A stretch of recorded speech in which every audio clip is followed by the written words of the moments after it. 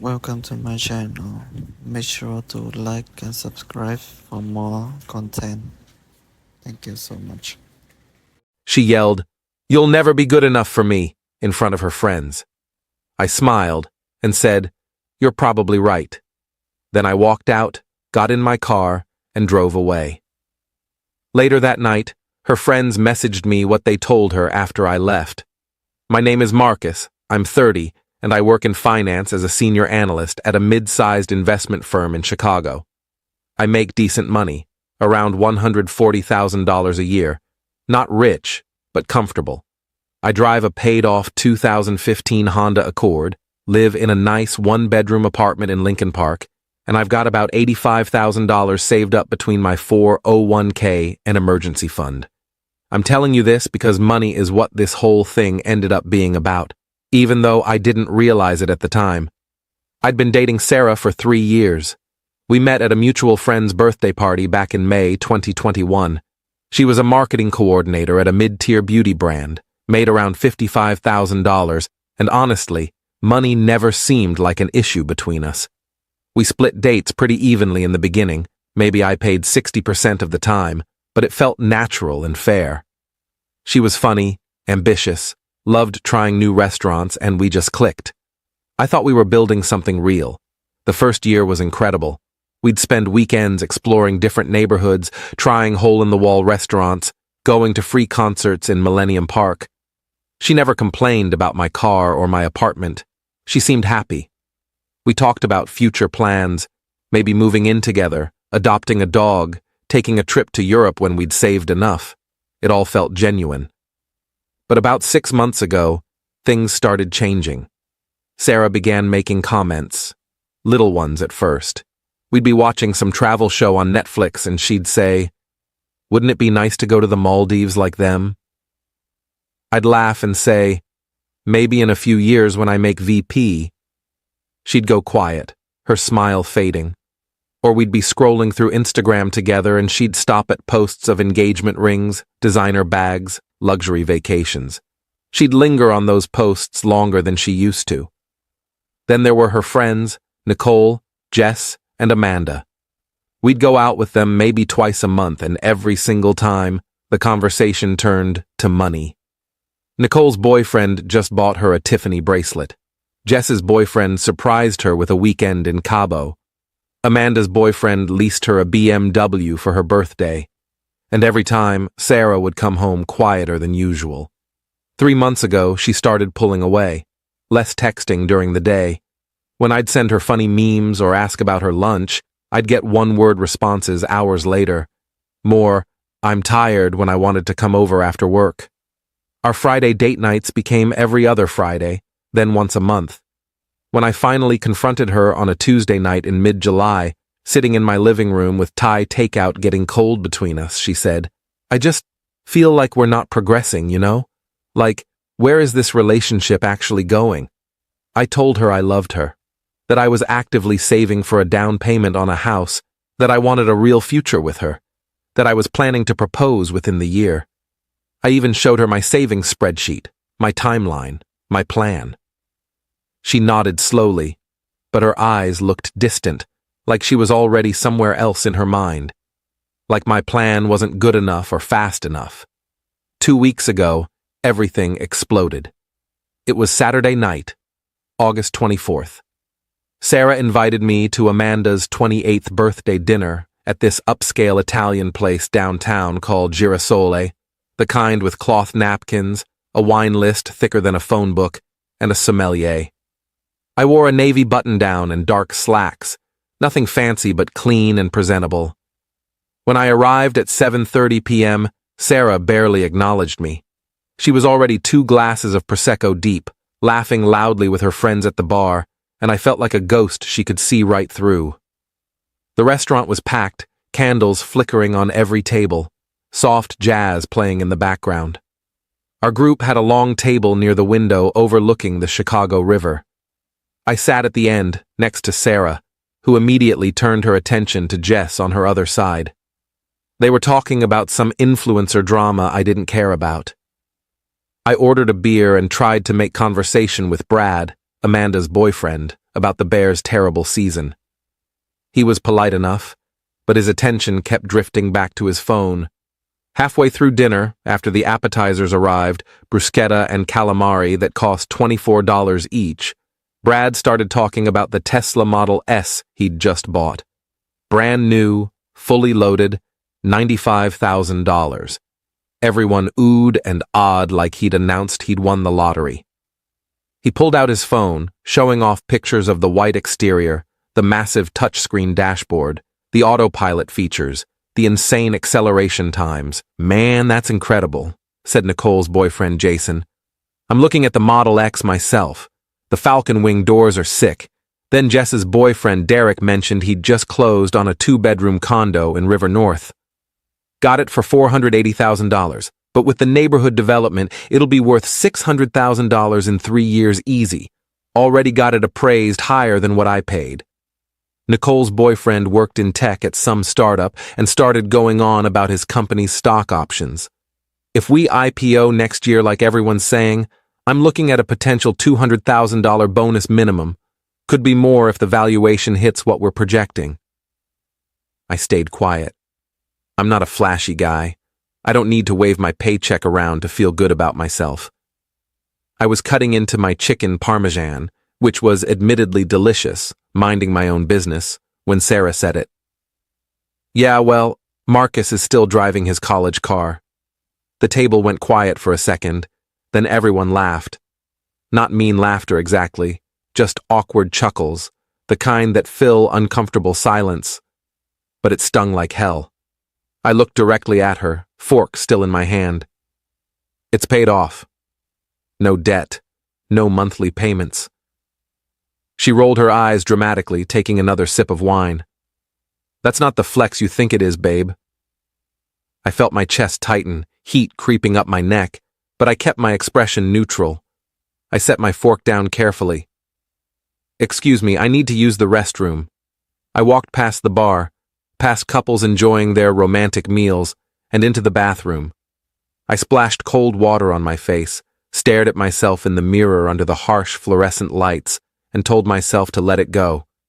She was drunk. She was showing off for her friends. It didn't mean anything. We'd talk about it tomorrow when she was sober. But when I came back to the table, weaving through the waitstaff carrying trays of pasta and wine, I overheard her. She was leaning toward Amanda, her voice low but not low enough. "I just don't see him ever being at the level I want, you know? Like, he's comfortable being mediocre. He has no real ambition to level up. He's content with good enough." I stood there for a second, frozen 3 feet behind her chair, my hand gripping the back of an empty seat. The words hit me harder than the public humiliation. Mediocre, no ambition. Those words coming from someone who claimed to love me.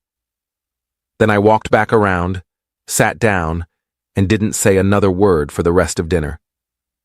I smiled politely when spoken to, nodded when appropriate, and counted the minutes until we could leave. The dessert course felt like it lasted hours. When we finally got outside around 10:45 p.m., the cool night air hit my face. It was a relief after the stuffy restaurant. Sarah was tipsy, giggling about something Amanda said, leaning on Jess for support as they walked. I told her I'd drive her home since she'd clearly been drinking too much. She waved me off dismissively. "I'm staying at Amanda's tonight. We're doing a girls' night thing, watching movies or whatever." "All right," I said, keeping my voice even. "Text me when you get there safe." "Yeah, sure," she said without looking at me. I started walking toward the parking garage across the street, my hands in my pockets. I'd made it maybe 20 feet, was almost at the crosswalk when she yelled it. Her voice cut through the sounds of downtown traffic, the honking cars, the distant sirens. "You know what, Marcus? You'll never be good enough for me." Everything stopped. Her friends went completely silent. A couple walking their dog on the sidewalk turned to stare. A group of people smoking outside a bar looked over. I stopped walking, my back still to her, and took a deep breath. Then I turned around slowly. She was standing there in her black dress and heels, arms crossed, mascara slightly smudged, looking at me like I was the problem. like I was the one who'd done something wrong.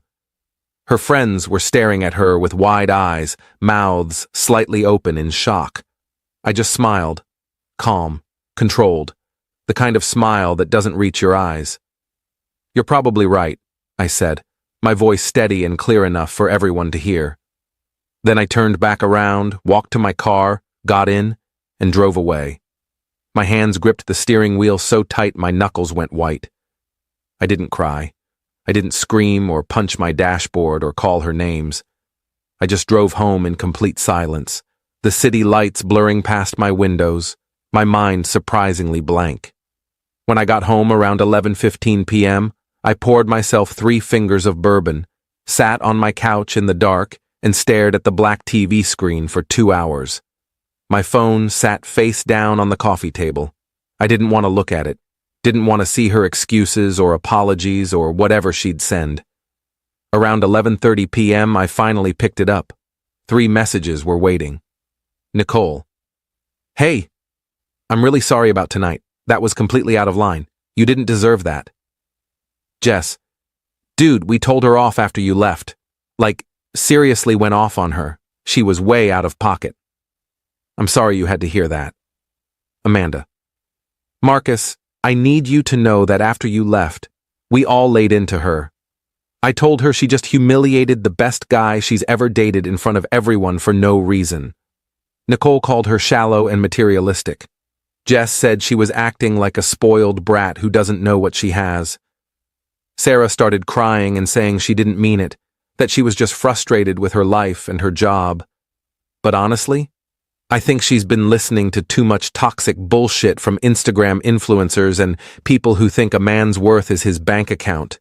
You deserve so much better than this. I'm really sorry my birthday was ruined like that."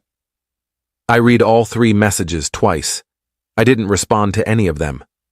I turned my phone off and went to bed at 1 a.m., staring at my ceiling in the dark. Update 1. Sunday morning, I woke up at 9 a.m. to 14 missed calls from Sarah and a string of increasingly desperate texts that had come in overnight.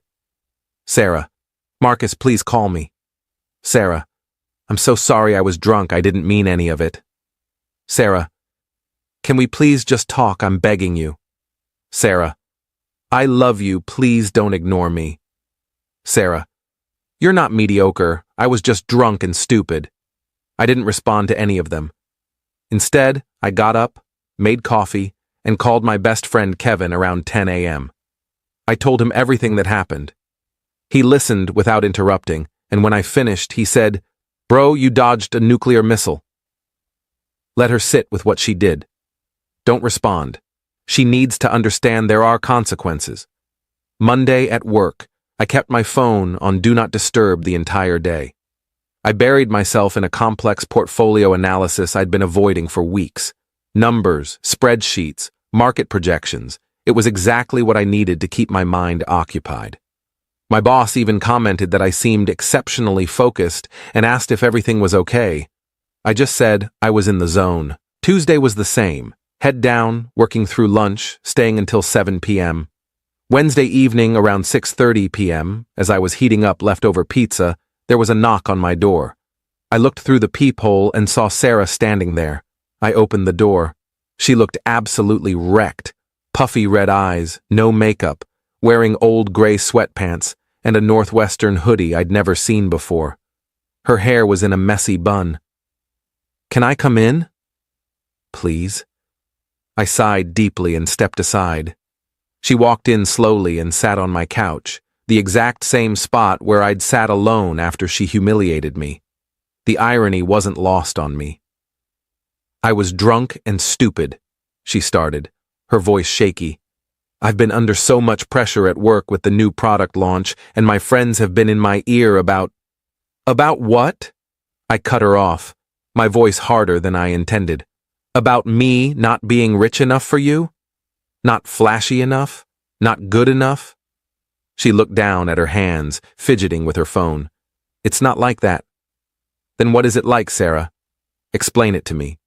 Because from where I'm sitting, you publicly humiliated me in front of your friends, called me mediocre, and told me I'd never be good enough for you. So please, help me understand." She was quiet for what felt like forever. I could hear my neighbor's TV through the wall, some sports announcer yelling about a touchdown. Finally, she said quietly, "I guess I just wanted more." More of what? I leaned forward. "I work hard every single day. I'm loyal. I've never lied to you or disrespected you. I've been there for you through job stress, family drama, everything. I was planning to propose to you. What more could you possibly want?" "I don't know," she whispered, tears starting to fall. "I just feel like everyone around me is leveling up their lives and we're just stuck in the same place." "Stuck," I repeated slowly, letting the word hang in the air. "You think 3 years of love and building something real together is being stuck because I don't drive a Tesla or buy you expensive jewelry?" She started crying harder, her shoulders shaking. "I didn't say that." "You did, actually. Maybe not in those exact words, but that's what you meant. You said I'd never be good enough for you, in front of everyone. You humiliated me. I didn't mean it. I swear to God I didn't mean it." "But you thought it," I said quietly, feeling surprisingly calm. "And that's the real problem here.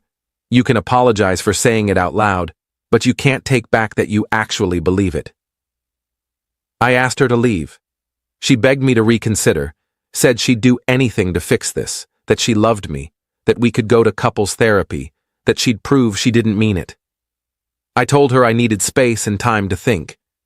She nodded, wiping her eyes, and left, crying into her hands as she walked down the hallway. Update 2. A week passed in complete silence. I didn't reach out, didn't check her social media, didn't ask our mutual friends about her. I just focused on work and myself. I started going to the gym every morning before work, something I'd been meaning to do for months. It felt good to have a routine again. Then, on September 7th, I got an unexpected call from Jess around 1 p.m. while I was at lunch. She sounded panicked, speaking fast. "Marcus, I need to tell you something, and you're going to be pissed." My stomach immediately dropped. I set down my sandwich. "What happened?" "Sarah's been texting her ex. Like, a lot, apparently. And Brad saw her meeting up with him at that coffee shop on Michigan Avenue yesterday afternoon around 3 p.m. I felt completely numb. "Her ex? You mean Tyler?" "Yeah, the finance bro from Goldman Sachs who cheated on her 2 years ago. The one she said she'd never forgive. Tyler. The guy who made over $200,000 base plus bonuses, drove a Porsche Cayenne, wore Rolex watches, and treated Sarah like an accessory to show off at company events. The same guy she'd sworn up and down she hated and would never speak to again." "Are you absolutely sure about this?" "Brad took a picture from across the street when he was walking to a client meeting. I'm sending it to you right now." A minute later, my phone buzzed. There they were, clear as day. Sarah and Tyler sitting at an outdoor table at Intelligentsia Coffee, both laughing, looking comfortable like no time had passed. She was wearing the blue floral dress I'd bought her for her birthday last year. The dress, she said, made her feel beautiful. I didn't feel angry. I didn't feel betrayed or hurt. I just felt relieved, like a massive weight had been lifted off my shoulders, like the universe had just confirmed what I already knew. I'd made the right decision. I texted Sarah, "We're done. Don't contact me again." She called within 30 seconds. I declined the call and watched her name disappear from my screen. She texted immediately, "Marcus, please, let me explain. He reached out to apologize for everything. I swear it's nothing, we just talked. I still love you. Please." I blocked her number, her Instagram, her Facebook, everything.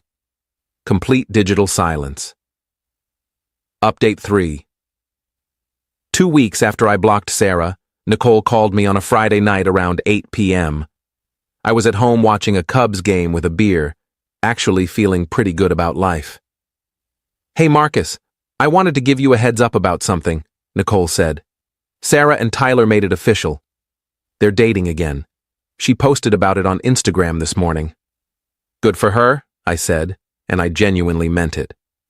She got what she wanted. That's the thing, though, Nicole continued. I don't think she did. Amanda and I went to brunch with her last Sunday, and she spent the whole time either on her phone texting Tyler or talking about him, but not in a happy way. She kept saying things like, he wants me to dress more sophisticated, and he thinks I should network more with important people, and he's helping me become a better version of myself. It was weird as hell. Sounds like Tyler, I said. He always treated her like a project. Yeah, well, it's gotten worse apparently. Jess saw them at dinner Tuesday night and Tyler spent the entire meal on his phone doing work emails. Didn't even look at Sarah, just kept ordering for her without asking what she wanted. I took a sip of my beer. That's his style. Everything has to be controlled by him. There's more, Nicole said. Amanda ran into Sarah at Target yesterday and Sarah looked miserable. She tried to act happy, showing off this Gucci bag Tyler bought her, but Amanda said her eyes looked dead. And get this, Sarah mentioned that Tyler wants her to quit her marketing job because it's beneath the lifestyle he's building, and he wants her to focus on being more present for his career needs. Jesus, I muttered. So he wants her to be unemployed and completely dependent on him. Exactly. And when Amanda asked if she was happy, Sarah just changed the subject really fast, started talking about some charity gala Tyler's taking her to next month and how she needs to buy a $2,000 dress for it. I shook my head. Well, that's her choice. She wanted the luxury lifestyle. Now she's got it. I know, Nicole sighed, but I feel bad. We all do. She threw away something real for this fake bullshit. Anyway, I just wanted you to know. Also, Amanda's having a small get-together in 2 weeks if you want to come. Just close friends. Sarah won't be there. I'll think about it, I said. Thanks for the heads up. After we hung up, I sat there thinking about it for a while. Part of me felt vindicated. Sarah had chosen money and status over genuine love, and now she was realizing that money can't buy happiness or real connection. But mostly, I just felt indifferent. She'd made her bed. Final update. It's been 3 months since that disastrous birthday dinner. It's now early November, and my life has completely turned around.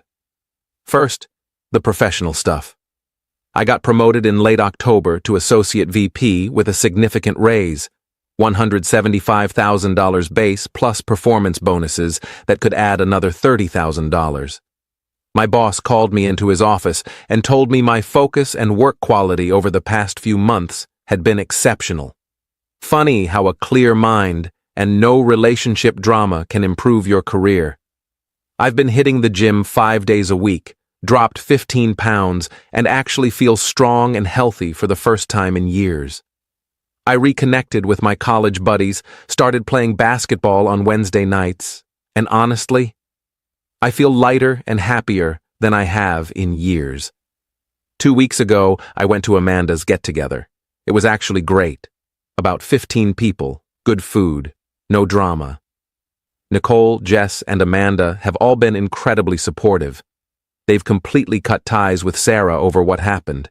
Apparently, she kept trying to justify her choices and blamed me for not being ambitious enough, and they weren't having it. At the party, Amanda pulled me aside. I need to tell you something about Sarah. It's bad. What happened?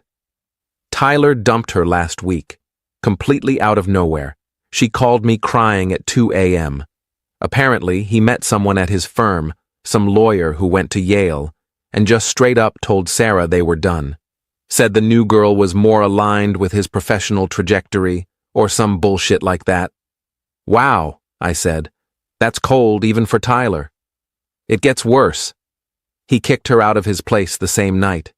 She had to call an Uber at midnight with her stuff in trash bags because he wouldn't let her stay until morning.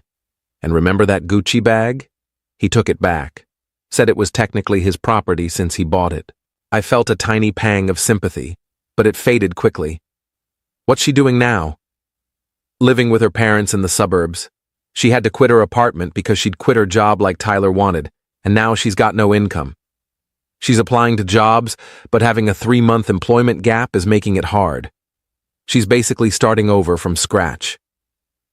Damn, I said quietly.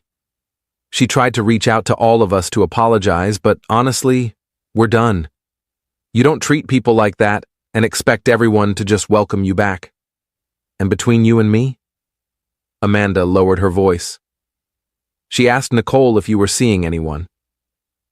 Nicole told her it was none of her business. I smiled at that. Good. Last week, Sarah tried reaching out to me from a new number. I didn't have it saved, so the message came through. Unknown. Marcus, it's Sarah. I know you blocked me. I don't blame you. I made the biggest mistake of my life. Tyler and I broke up. I was so stupid and shallow, and I threw away the best thing that ever happened to me. You were right about everything. I miss you so much. I miss us. Is there any chance we could talk, even just for coffee? I need to apologize properly. I'm so sorry. I stared at that message for about 30 seconds, thought about everything we'd been through, thought about the good times and the bad, thought about who she was when we met versus who she became. Then I deleted the message and blocked the number. I'm not interested in being someone's backup plan or safety net. I'm not interested in being the guy she settles for after the luxury lifestyle didn't work out. I deserve someone who sees my worth from the beginning, not someone who only realizes it after they've lost it. Yesterday, I matched with someone on Hinge. Her name's Elena, she's a teacher, drives a Toyota, and her profile says she values authenticity over aesthetics. We're getting coffee this Sunday. I'm not expecting anything, but I'm open to possibilities. As for Sarah, I heard through Nicole that she's back on dating apps, still living with her parents, working as a contract social media manager for like $40,000 a year. She apparently posts a lot of inspirational quotes about knowing your worth and not settling, which Nicole finds hilarious given the circumstances. I don't wish her harm. I don't wish her well either. I just don't think about her anymore. I'm focused on my own life, my own growth, my own future, and honestly, it feels pretty damn good. Edit 1. A lot of people are asking if I ever really loved her. I did, deeply. But love isn't enough when someone fundamentally doesn't respect you or value what you bring to the relationship. Edit 2. For those saying I should have fought harder, why? So she could resent me for not being wealthy enough? So I could spend years trying to prove my worth to someone who already decided I wasn't enough? Pass. Edit 3. Someone asked if I'd take her back if she apologized again. Absolutely not. I'm nobody's backup plan or safety net. The fact that she only wants me back after Tyler dumped her tells me everything I need to know. Edit 4. The coffee date with Elena went really well. We talked for 3 hours. Getting dinner with her next week. Taking it slow, but I'm optimistic.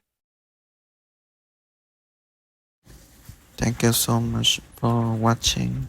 Hope you enjoyed the video. Make sure to like and subscribe for new content.